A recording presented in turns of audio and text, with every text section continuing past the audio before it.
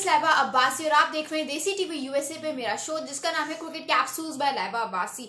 इस चैनल को सब्सक्राइब कर दें और साथ ही साथ बेल आइकॉन को भी प्रेस कर दीजिएगा so that you can never miss any video from our YouTube channel. और साथ ही साथ डिस्क्रिप्शन बॉक्स खोल लेंगे तो वो मेरे लिए नहीं बल्कि आप लोगों के लिए ही बेनिफिशियल रहेगा क्योंकि उसमें हमारे सारे सोशल प्लेटफॉर्म्स के लिंक्स मौजूद है। So you can follow us on Instagram, YouTube, Facebook and Twitter as well. साथ ही साथ एक और चीज बताती चलूं जो कि आप लोगों की ही कन्वीनियंस के लिए है भाई, नीचे टाइम चैप्टर्स हैं, आराम से जो भी आपका दिल चाहता है जिस भी डिस्कशन में you are interested in you can just simply click that time chapter और आप उसको आराम से देख सकते हैं। ठीक है जी।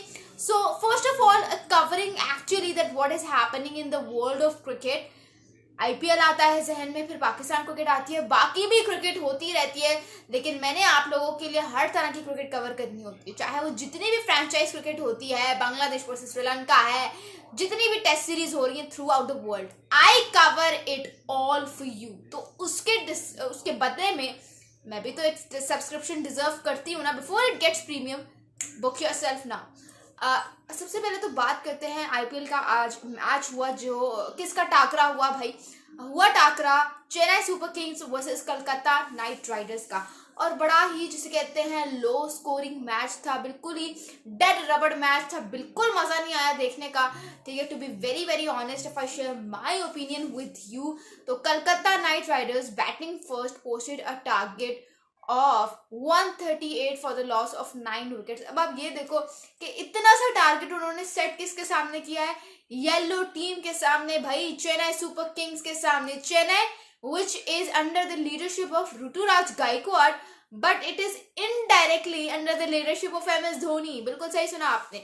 और आपको पता है कि जिस टीम में MS धोनी हो वो टीम कैसे फिर उभर के जो है जिसे कहते हैं बड़ी होकर सामने आती है। खैर बात करते हैं कि एक्चुअली कलकत्ता नाइट राइडर्स में किया किसने, ट्रैक का था, क्या था। देखिए अगर ट्रैक वाला सिस्टम होता तो चेन्नई को भी बैटिंग करने या चेस करने में मुश्किल होती, बट फिर उसमें बॉलिंग फैक्टर भी आ जाता है कि ऑपोजिशन की बॉलिंग कैसे थी। बट कलकत्ता नाइट राइडर्स में किसी ने कुछ नहीं किया, रिंकू सिंह ने कुछ नहीं किया, फिल सॉल्ट ने कुछ नहीं किया, एंड्रे रसल ने कुछ नहीं किया, सुनील नारायण ने कुछ नहीं किया। I mean that was absolutely dead rubber match. और चेन्नई सुपर किंग्स में से रविंद्र जडेजा ने जो है वो 3 विकेट्स निकालनी, बट 9 विकेट्स गिर जाना, इसका मतलब चेन्नई ने बॉलिंग अच्छी की थी and then stopping them right over scoring target of actually जो है जिस कहते हैं 138 रन। इसका मतलब बॉलिंग येलो स्टॉर्म की तरफ से अच्छी हुई। But when Chennai super kings came on to chess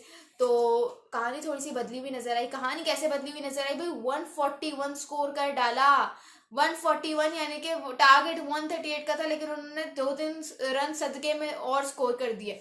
17.4 overs में उन्होंने ये स्कोर कंप्लीट करके 3 विकेट्स के नुकसान पर ये मैच जीत लिया। 7 विकेट से they won the match. 3 balls were still left at a side जब चेन्नई ने ये टारगेट चेस किया और Ruturaj Gaikwad the captain scored a brilliant inning, 67 of only 58 balls. छक्का एक भी नहीं लगाया लेकिन चौकों की भरमार कर दी। डेरिल मिचेल ने अच्छा कैमियो खेला, शिवम दुबे ने 28 ऑफ 18 बॉल्स किया। तो मतलब कैमियोस की बदौलत उन लोगों ने जो है वो टारगेट चेस किया and they were able to win the match. खैर यहाँ पे हमारा जो है आईपीएल का ये मैच का रिव्यू वाइंड अप होता है। आई फील लाइक चेन्नई को हराना, जब तक धोनी है ना इस टीम में, आप इस टीम को उस तरह से नहीं हरा सकते हो। You can not defeat this team quite easily. ठीक है, और अगर आप देखो तो कलकत्ता कोई छोटी टीम तो नहीं है, अच्छी खासी बड़ी टीम है, सारे जिसे कहते हैं परफॉर्मिंग प्लेयर्स उन्होंने भरे हुए हैं। तो इसका मतलब है कि चेन्नई हैज गॉट समथिंग। ठीक है, until and unless MS Dhoni is with them। अब वो अगले साल ही पता चलेगा जब MS धोनी जाते हैं नहीं। वैसे तो उनका कोई इरादा मुझे लगता नहीं है जाने का, लेकिन अगर इनकेस चले जाते हैं तो फिर उनके असली जिसे कहते हैं फॉर्म का तब पता चलेगा। Now coming on to Pakistan cricket के पाकिस्तान क्रिकेट में क्या हो रहा है भाई, आपको पता है, मुझे पता है कि 2025 की जो चैंपियंस ट्रॉफी है that is scheduled in Pakistan. But again India का ये जो रौला डालना होता है ना, जिसे कहते हैं ड्रामा डालना होता है, वो कांस्टेंट चीज है, that is not getting back. ठीक है, they are actually not going to step aside. मतलब वो इतने ढीठ हैं एक तरह से जिसे कहते हैं, I mean I am sorry I am using a bit of loose words but this is my job right. Now what is actually happening with Indian cricket के अब उन्होंने कहा था कि वो अपने गवर्नर और जितने भी उनके पॉलिटिकल मिनिस्टर्स हैं उनसे कंफर्मेशन करके जो है they to a Pakistan, but it is in the hands of their political bodies के even if they allow the Indian cricket team to visit Pakistan for the champions trophy 2025 और नॉट।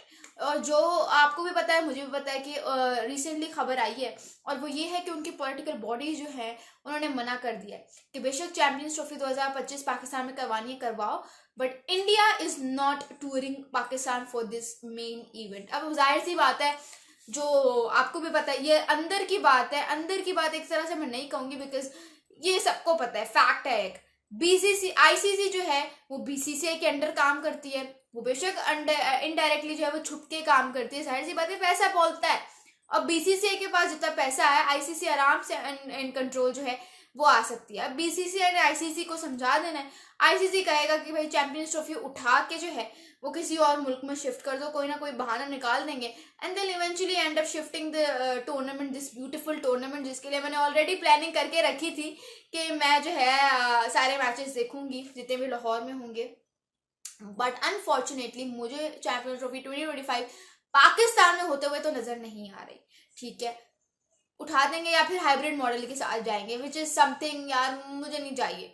मतलब I actually want India to tour Pakistan ना, बाकी teams को तो आप देख लेते हो बायलैटरल सीरीज में पाकिस्तान जब आती है टूर करने, बट व्हाट अबाउट इंडिया यार, इंडिया देखना है मुझे, विराट कोहली देखना है।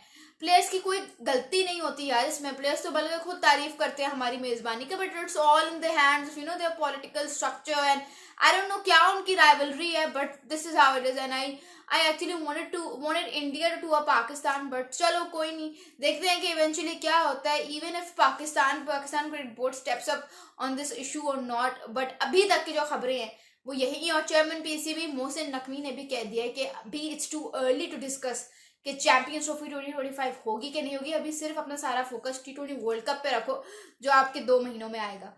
ठीक है जी, अब बात करते हैं किस चीज़ के बारे में भाई, अब बात करते हैं बाबर आजम की एक पॉडकास्ट हुई जिसमें उन्होंने, आपने भी देखा मैंने भी देखा, बहुत सारी बातें हुई और उन्होंने उनसे जब पूछा गया, एक सवाल मैं यहाँ पे रखना चाहूंगी कि जब उनसे पूछा गया कि जस्ट मतलब एक T20 का मैच है, लास्ट ओवर है और you have to defend 10 run, आप कौन से बॉलर के साथ जाएंगे, बता नसीम शाह और Jasprit Bumrah, and he eventually like even without thinking for like 0.1 second के लिए भी सोचे बगैर जो है ना उन्होंने कहा नसीम शाह।